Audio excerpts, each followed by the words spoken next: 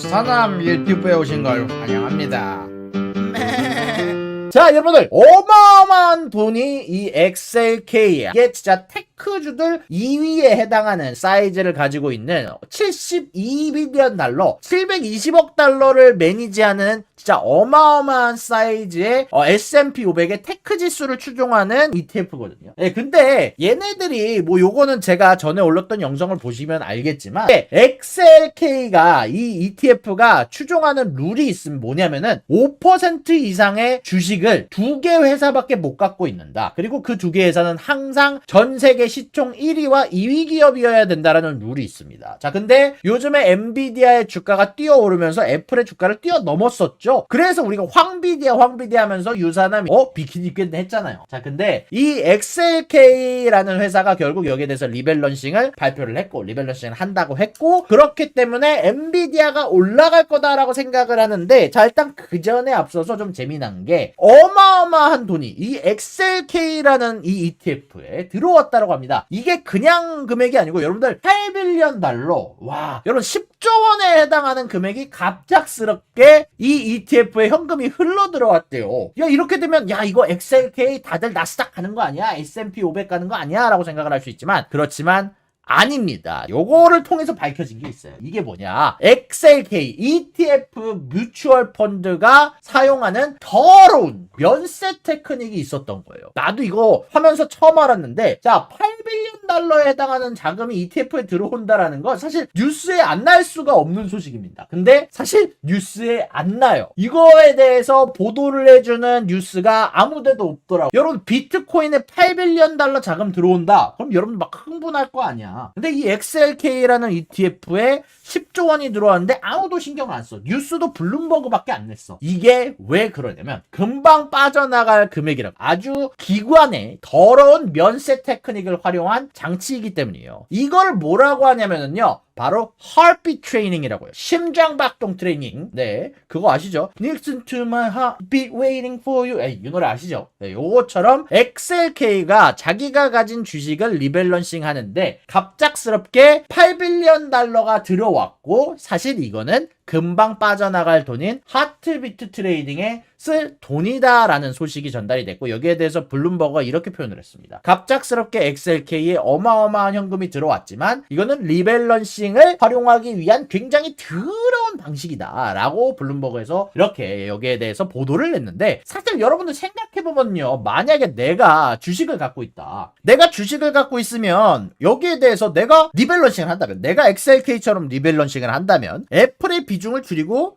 엔비디아의 주식을 늘리려면 보통 이렇게 생각할 거 아니에요. 애플 주식을 판다. 그리고 애플 주식에 판 거에 대해서 세금을 낸다. 그리고 남은 돈으로 엔비디아 주식을 남은 돈으로 산다라는 게 사실 일반인의 리밸런싱이죠. 그리고 우리들은 이거를 피할 수가 없어요. 우리는 무조건 주식을 팔고 그 다음에 엔비디아를 가져가야 되니까. 근데 이게 ETF나 기관들은 이게 아니라고 하더라고요. 이게 뭐냐면은 애플 주식을 팔면은 오른 만큼 세금을 내야 되잖아요. 근데 이거 하정없이, 야, 우리처럼 애플 팔고 엔비디아를 살 필요 없이 이걸 리밸런싱 할 수 있는 아주 복잡한 방법이 하나가 있다고 합니다. 그리고 이 과정에서 꼭 나오는 게 어마어마한 자금이 기관이나 ETF에 유입이 되고 며칠 있다가 그만큼의 자금이 빠져나가는, 어떻게 보면 여기 딱 보이는 것처럼 이 펀드로의 유입 자금이 이렇게 보여주는 그래프거든요. 요것처럼 딱 자금의 상승이 들어왔다가 자금이 빠져나가는 종류의 그래프가 필요하다. 그리고 이 방식 자체가 심장박동과 너무 똑같이 생겨서 이걸 바로 심장박동 트레이닝이라고 얘기를 한다. 자, 그렇다면 이게 어떤 방식으로 작동이 되길래 XLK가 사용하고 왜 이게 시장에 영향을 안 주는지. 엔비디아 주가가 올라가야 되는데, 한국인들의 순매수 1위 엔비디아 주가가 올라가야 되는데 이게 왜 시장에 최소한의 영향을 주는 방식인지 한번 여러분들이랑 얘기를 해볼까 합니다. 자, 이 하트비트 트레이딩이라는 게 뭐냐면은요, 간단하게 얘기하면 이거예요. 이 XLK라는 ETF가 있습니다. 이게 결국 리밸런싱한 ETF죠. 근데 여기가 기관 외부에서 자금을 뭐 100만 원을 떼온다 칩시다.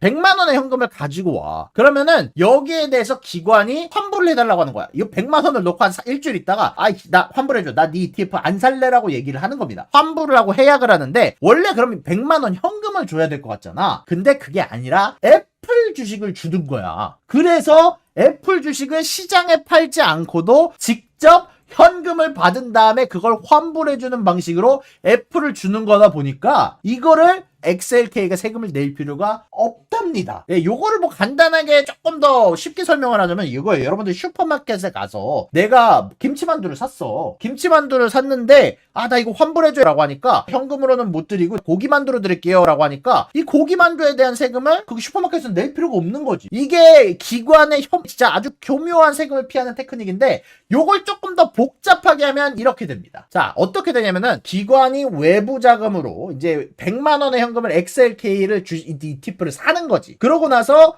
여기에서 XLK가 받은 100만 원으로 우리한테 현금을 준 놈한테 엔비디아를 사요. 엔비디아 주식 100만 원어치를 사는 거야. 그리고 그렇게 되면 100만 원어치 엔비디아 주식이 생겼죠. 그리고 애플 주식을 아직 팔지 않은 상태에서 기관이 환불을 요청을 하는 거야. 그러면은 기관이 환불을 요청하면 오케이 우리가 현금이 없으니까 애플 주식으로 줄게 하고 애플 주식으로 너네한테 주는 거다 보니까 사실상 어떻게 돼요? XLK는 세금을 한 푼도 안 내고 애플이 엔비디아로 리밸런싱이 되는 결과가 나오게 되는 거예요. 이게 바로 하트비트 트레이딩 아주 더럽고 더럽디 더러운 세금 회피 방식이라고 여러분들에게 얘기를 할 수 있는 겁니다. 개인은 불가능한 상식의 트레이딩이고요. 이게 장점이 뭐냐면 정확히 말하면 사실 이게 세금 회피는 아니고 어떻게 보면은 이 ETF에 대해서 사람들이 나 이거 ETF 팔래요라고 했을 때 누군가가 이 ETF가 청산이 됐을 때 세금을 내기는 내야 돼요. 여기에 대해서 세금을 어차피 유예시키는 거지 사실 정확히 말하면 회피는 아니거든. 근데 여러분들 100만 원이 당연히 매번 세금을 내면서 트레이딩하는 것보다 한꺼번에 세금을 내는 게 항상 돈이 더 많이 됩니다. 이게 결국 복리의 법칙에 있어서 매번 세금을 내는 거는 항상 보통 세금을 한꺼번에 막판에 내는 것보다 돈을 덜 벌어요. 그래서 세금 세탁이죠. 세금 세탁이라고 보시면 좋을 것 같고 그러다 보니까 요거를 통해서 ETF가 굉장히 많은 선호도를 받고 있는데 여기에 대해서 사실 XLK가 안 그래도 블룸버그가 인터뷰를 했어. 야 이거 누가 봐도 이상하다.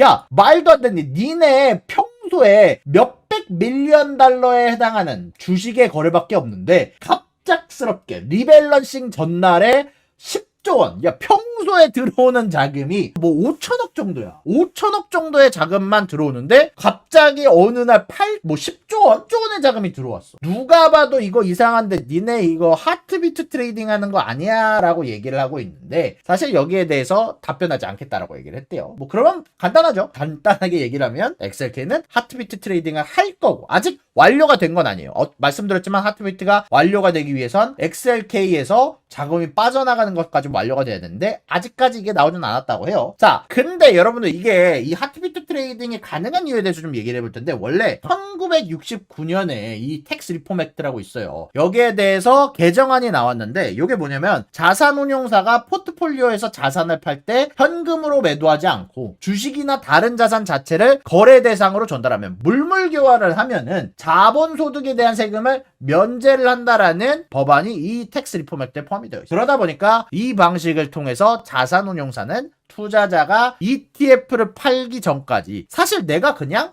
가진 포트폴리오 내에서 리밸런싱을 하려는 거라면 이 방식을 해서 세금을 미룰 수 있다라는 게 굉장히 중요한 방식의 하트비트 트레이딩이다. 자, 그러다 보니까 결국 이거를 통해서 XLK가 어떻게 진행을 하냐. 세금도 앞으로 안 내고 이 애플 매도와 엔비디아 매수에 따른 세금도 안 내고 대량 매수에 따른 자산 급등도 없겠죠. 왜? 기관에서 직접 가져오는 거니까. 이게 시장에다가 내가 애플을 내다 파는 게 아니니까 애플의 자산 급락도 없을 거고 내가 엔비디아를 대량 매수를 해야 되는데 내가 이걸 그냥 기관에서 사들이는 것이다 보니까 대량 매수에 따른 자산 급등도 없을 거고 리밸런싱에서 나오는 세금도 없다 보니까 결국 여기에서 우리가 추론할 수 있는 부분은 뭐다? 시장 내에 우리들이 원했던 12빌리언 달러에 해당하는 애플 매도 혹은 10빌리언 달러 뭐 어마어마한 돈이죠. 10조 원에 뭐 해당하는 엔비디아 매수 주부는 없을 것 같다 라고 생각하는 게 아마 여러분들한테 좀 이해하기 좀 편하지 않을까라고 생각을 하는 부분들이 좀 있었다라고 생각하시면 좋을 것 같습니다.